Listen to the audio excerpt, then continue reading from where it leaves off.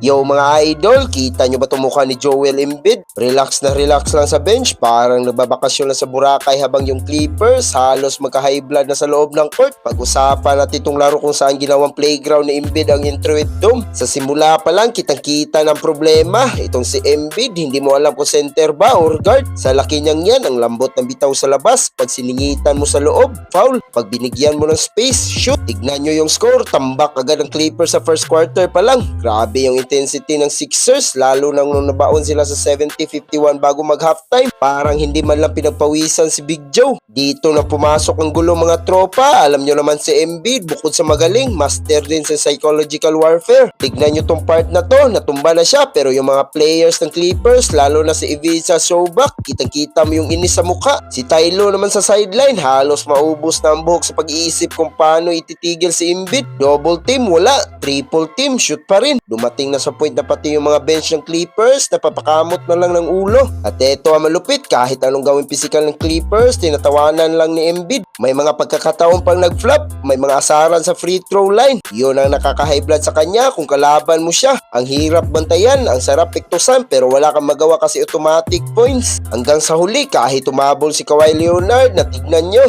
naka 29 points na pero parang baliwala. Wala pa rin makakapigil sa momentum ng Sixers. Tinapos nila ang game na 115-104. Literal na driving them crazy ang ginawa ni Embiid. Tylo, better luck next time na lang. Kayong mga idol, sa tingin nyo, may makakapigil pa ba sa process ngayong season? Comment nyo naman sa baba kung overrated ba o sadyang unstoppable lang talaga si Embiid. Huwag kalimutang i-like at share tong video para lagi updated sa kwentuhan basketball. Peace out!